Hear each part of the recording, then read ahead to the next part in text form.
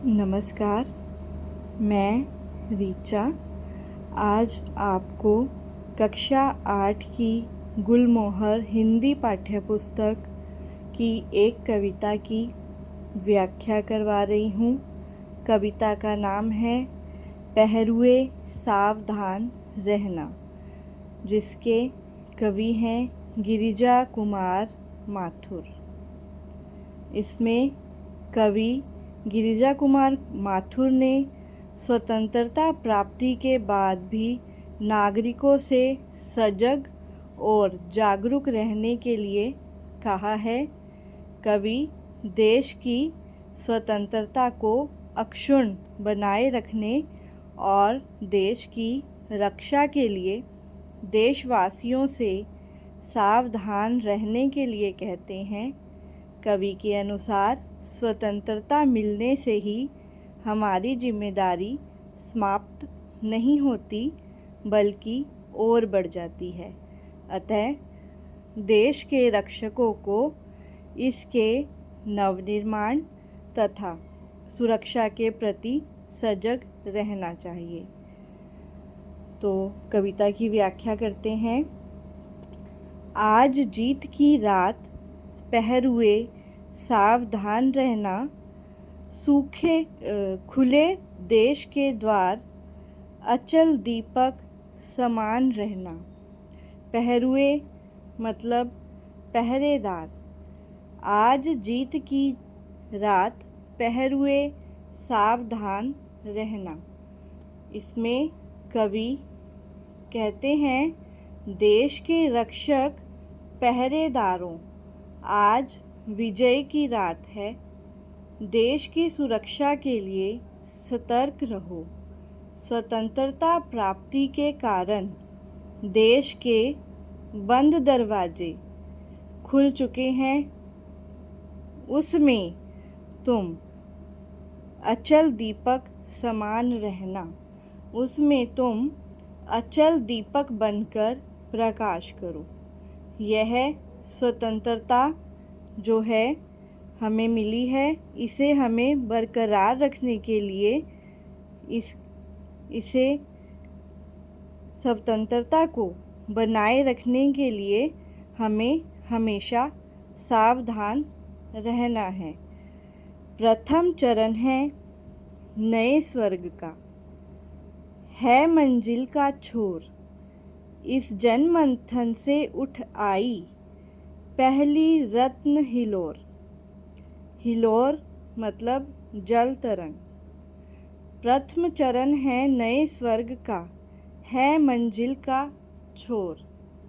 इसमें कवि कहते हैं कि यह स्वतंत्रता नए स्वर्ग को प्राप्त करने की पहली मंजिल है। जनता के आंदोलन से यह सुनहरा अवसर रत्न से भरी जल तरंग जैसा है। अभी हमें जीवन की समृद्धि और देश के नवनिर्माण के लिए बहुत कुछ करना है। अभी शेष है पूरी होना जीवन मुक्ता डोर, क्योंकि नहीं मिट पाई दुख की विगल सांवरी कोर। ले युग के पतवार बने अम्बुद्धि मीन्स समुद्र। महान रहना पहरुए सावधान रहना। इसमें कवि कहते हैं कि स्वाधीनता से देश की हानि की काली छाया पूरी तरह दूर नहीं हुई है। नए युग की नाव पतवार को लेकर तुम समुद्र के समान महान बनकर देश की सावधानी से रक्षा करो। विश्व श्रृंखलाएं टूटी हैं, खुली समस्त दिशाएं आज प्रबंधन बनकर चलती। युग बंदिनी हवाएं प्रश्न चिन्ह बन खड़ी हो गई। विषम श्रृंखलाएं टूटी हैं। स्वतंत्रता प्राप्ति के बाद देश की, इसमें जो कवि हैं वो कह रहे हैं कि स्वतंत्रता प्राप्ति के समय जो भी विषम परिस्थितियां बाधा बनी हुई थी अब दूर हो चुकी हैं और हम सब दिशाओं में विचरण करने के लिए स्वतंत्र हैं। चिरकाल से बंधी हवाएं, जो घुटन महसूस हो रही थी बहुत समय से जब हम गुलाम थे, वो अब खुलकर चलने लगी हैं। अब हवाएं भी ऐसे लग रही हैं वो भी स्वतंत्र रूप से बह रही हैं। हमारी अतिक्रमण की गई सीमाएं प्रश्न चिन्ह बनकर खड़ी हो गई हैं। पुराने विदेशी शासन की जो प्रतिमाएं हैं वो टूटकर नए प्रतीक उनकी जगह ले रहे हैं। प्रगति के तूफान को तुम चंद्रमा की तरह दीप्तिमान होकर आगे बढ़ो और सावधानी से इस देश की रक्षा करो।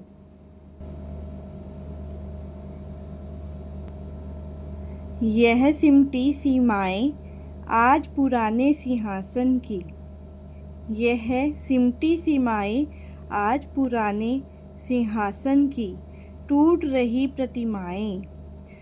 हमारी अतिक्रमण की गई सीमाएं प्रश्न चिन्ह बनकर खड़ी हो गई हैं।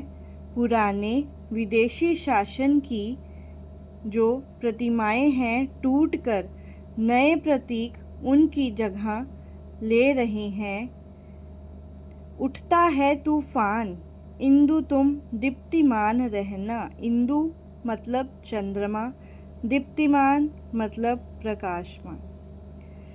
इसमें कवि कहते हैं कि प्रगति के तूफान को तुम चंद्रमा की तरह प्रकाशमान होकर आगे बढ़ते रहना और पहरुए सावधान रहना, सावधानी से देश की रक्षा करना।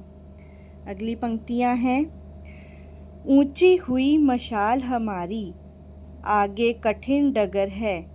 शत्रु हट गया लेकिन उसकी छायाओं का डर है।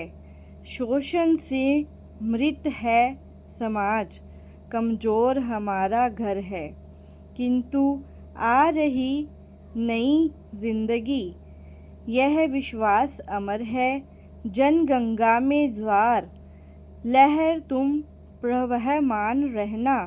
पहरुए सावधान रहना। इन पंक्तियों में कवि कहते हैं कि स्वतंत्रता प्राप्ति के बाद देश की प्रगति के लिए हमें कठिन रास्ते पर चलना है। इस रास्ते को देखने के लिए हमने मशाल ऊंची कर दी है।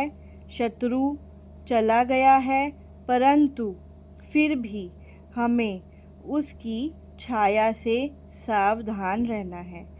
शोषण के कारण हमारा समाज, शोषण के कारण जो हमारा समाज है और हमारा देश अभी कमज़ोर है, किंतु स्वतंत्रता मिलने पर नए जीवन में हमें प्रगति करना है, ऐसा हमारा अटल विश्वास है।